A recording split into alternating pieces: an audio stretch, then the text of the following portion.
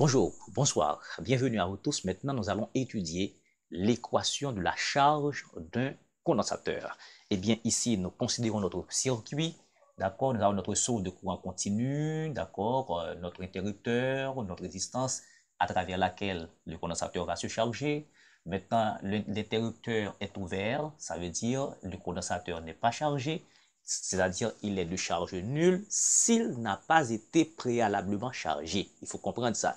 Maintenant, ici, sitôt fermé, d'accord, l'interrupteur, donc il va, et n'est-ce pas, on va considérer une maille, d'accord, selon la loi des mailles, d'accord, loi des mailles, ou bien loi de tension de Kirchhoff, ça veut dire je considère cette maille-là dans le sens du courant ici, eh bien, et selon la loi des mailles, la somme algébrique des tensions, d'accord, dans le circuit doit être nulle.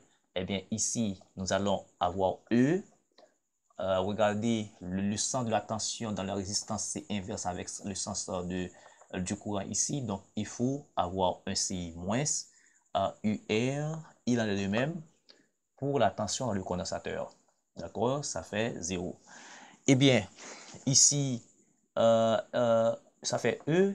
UR, c'est quoi? C'est moins RI, d'accord? UC, c'est quoi? C'est Q sur C, d'accord? Et tout ceci, ça fait 0, parce que UC égale, alors Q est égal à CU. Q est égal à CU, d'accord? C'est pourquoi je divise par C, Q sur C, ça fait U. À la place de UC, je mets Q sur C, d'accord? Maintenant, I, c'est quoi? I, c'est quoi? On sait que Q est égal à IT, cela veut dire la dérivée de Q par rapport à T, ça fait I. Donc, à la place de I, on peut mettre dQ sur dt. Donc, tout ceci nous permet d'écrire E égale à moins R dQ sur dt moins Q sur C égale à 0. Donc, nous obtenons une équation différentielle. Ici, ça, c'est une équation différentielle. Équation différentielle. Et ceci, c'est une équation différentielle linéaire parce que nous allons l'écrire linéaire, car on va regarder ici, nous avons l'équation Q et sa dérivée. Voici Q et sa dérivée. Donc, E ici, on va transférer ça de ce côté, de préférence aussi bien que ça. Donc, ça veut dire on va avoir moins R dQ sur dt, d'accord, qui va être égal à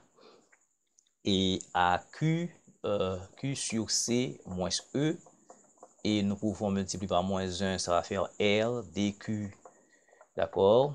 Alors j'aurais dû mettre transférer et ça de préférence et laisser ça ici, bon, ok, comme c'est déjà fait, donc ça va faire R dQ sur dt, ce qui fait E moins Q sur C. Ça veut dire depuis ici, je pourrais seulement transférer ça et laisser des choses ici. Eh bien, maintenant, cette équation différentielle, d'accord, cette équation différentielle, qu'est-ce que nous allons faire avec? Eh bien, à bien remarquer, nous avons deux variables. Nous avons la charge. Nous avons ici la charge et le temps. Eh bien, nous allons faire quelque chose qu'on appelle équation différentielle à variables séparables. Eh bien, justement, je vais transférer dt de ce côté. Je vais faire R dQ sur dt, d'accord, égale à E moins, alors R dQ, je dirais R dQ égale à E moins Q sur C par dt. D'accord? Maintenant, je vais faire dQ sur l'expression qui contient Q. Donc, ça va faire dQ sur E moins Q sur C. Ça va être, ok, sitôt faire cet arrangement, arranger les termes en variables séparables. Maintenant, je dois faire une petite astuce, c'est que je vais faire le dénominateur commun. Ici, ça va faire dQ sur CE, d'accord, moins, ok, et moins Q, et CE moins Q sur C. Maintenant, dire sur C, c'est égal, multiplié par dt sur RC. Ok, voilà, il faut comprendre ce jeu. Maintenant, à bien remarquer, je peux prendre CE pour notre besoin. Je vais faire un moins, d'accord, ici, parce que je vais avoir la dérivée de, je dirais, CE fois 1 moins Q sur CE, d'accord. Maintenant, et la dérivée de cette expression, c'est moins 1 sur CE. Maintenant, je n'ai pas le moins, d'accord. Je vais faire apparaître un moins, d'accord, tout justement pour calculer l'intégrale. Donc, ça nous va faire un moins, d'accord, parce que 1 sur CE, c'est déjà la dérivée de moins 1 sur CE. Donc, on a U' sur U, ça va faire moins ln, d'accord, 1 moins Q sur CE, d'accord, égale à, et cette intégrale, R sur C, c'est la constante de temps. Donc, ça va faire ici T sur RC, parce que justement, quand on fait l'intégrale, donc on va avoir 1 sur RC dehors de l'intégrale, donc dt, ça fait T. D'accord? En d'autres termes, je peux dire ln de 1 moins Q sur CE, ça fait moins T sur RC. Bon, ça, vous vous rappelez de cela, si vous avez ln x égale à A, donc A c'est l'élément de R, donc x égale à exponentielle de A. Ok, et bien de même, je peux prendre ça. Donc 1 moins Q sur CE, ça fait exponentielle de moins T sur RC. D'accord? Ok, et bien rapidement, qu'est-ce que je peux faire? Ça veut dire, il faut comprendre bien, ça va me permettre de trouver la charge du condensateur, d'accord, la charge Q, d'accord, et bien ce qui fait ici moins Q sur CE, ça va faire moins 1 plus exponentielle de moins T sur RC. En d'autres termes, Q va être, d'accord, CE par 1 moins, parce qu'il y a un moins, je multiplie par moins, ça fait moins T sur RC. Donc, si on remplace CE par un grand Q, donc Q sera, d'accord, un grand Q, CE, fois 1 moins T sur RC. Donc, ça, c'est l'équation de la charge du condensateur. Et si on veut remplacer ça par taux, la constante de temps, RC, donc cela veut dire que la charge du condensateur sera grand Q 1 moins T sur taux. D'accord? Voici donc l'équation de la charge du condensateur. Maintenant, qu'en est-il du courant? D'accord? Et qu'en est-il du courant dans le condensateur et dans le circuit? On peut retrouver le courant parce que ici la dérivée par rapport au temps de la charge, ce sera le courant. Donc ici I égale à dQ sur dt. Donc on doit trouver également, mais ça va faire ici I va être quoi? Par rapport au temps, la dérivée de l'exponentielle de moins t sur R moins t sur RC, ça va faire moins, je dirais, je vais faire une astuce. C'est que je vais développer ça. Je vais développer Q, c'est comme si je dis Q égale à CE. Je fais rentrer ça, CE, d'accord, moins, ok, CE par exponentielle de moins T sur RC. D'accord? Eh bien, qu'est-ce que cela veut dire? Cela veut dire quoi? CE est une constante, donc sa dérivée fait 0. Donc ça veut dire dQ sur dt qui nous donne I, le courant. CE fait 0. Donc je dirais, la dérivée de tout ça, ça va faire moins CE, d'accord, par la dérivée de exponentielle de moins t sur RC, ça va faire moins 1 sur RC, d'accord, exponentielle de moins t sur RC.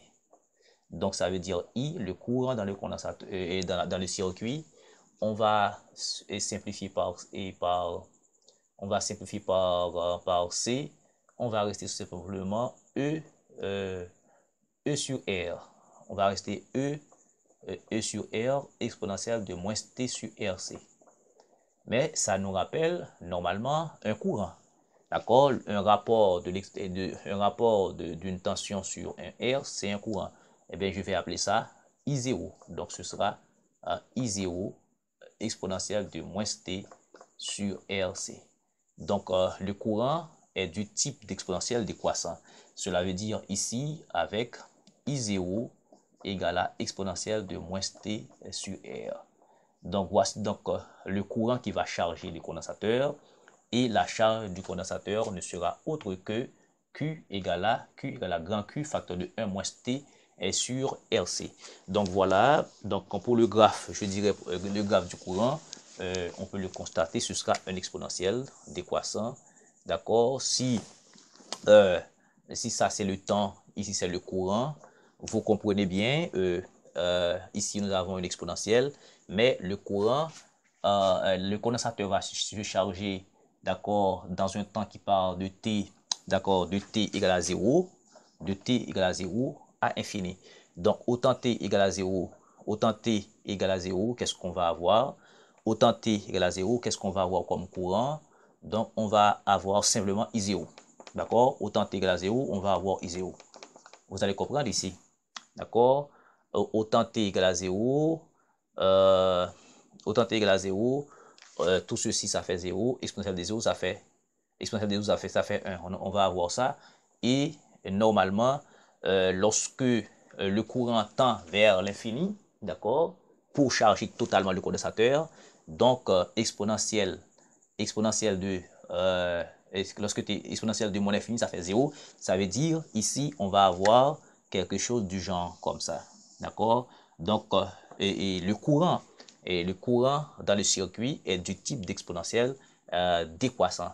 C'est-à-dire, c'est comme si on parle de 5 ampères, 4 ampères, et 3, 2, 1, 0, jusqu'à ce que le condensateur est chargé. Donc, il faut comprendre ce. Alors, bien entendu, il n'y a rien de compliqué dans les mathématiques, là.